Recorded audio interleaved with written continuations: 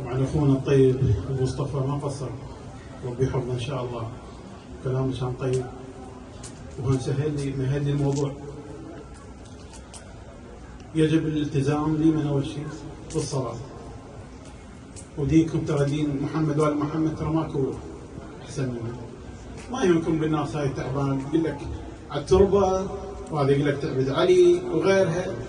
انا اكتب انت كم بيت ان شاء الله نور رضاكم ان شاء الله.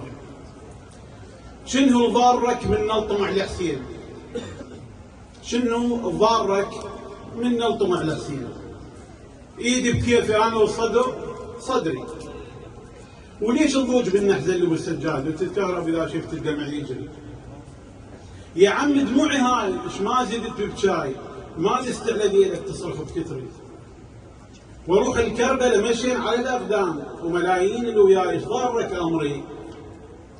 اقول لك عنه بيصلي عدل تحتار، اقول لك عنه بيصلي عدل تحتار، صح سلم تقول لي وهاي للبتر.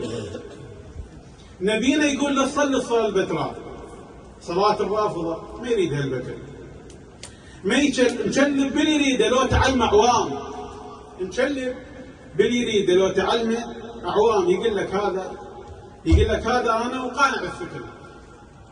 ليش يقول ما تصلون 5 أوقات؟ فهمته وقلت له وقال لي ما ادري.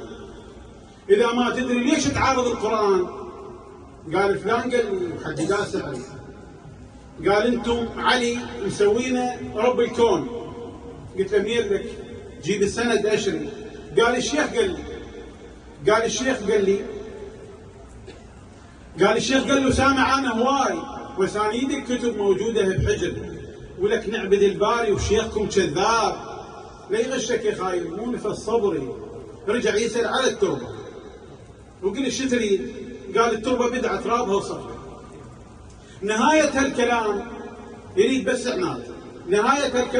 بس عناد. لو ناقشت انا ايامي ودهري، قافل على اللي عنده وما يفكر دوم. يقول الشيعي طلسم عنده لو سحري، وحتى شيوخهم حذروا ويقولون لا تناقش الشيعي وتنتقص قدري. خاف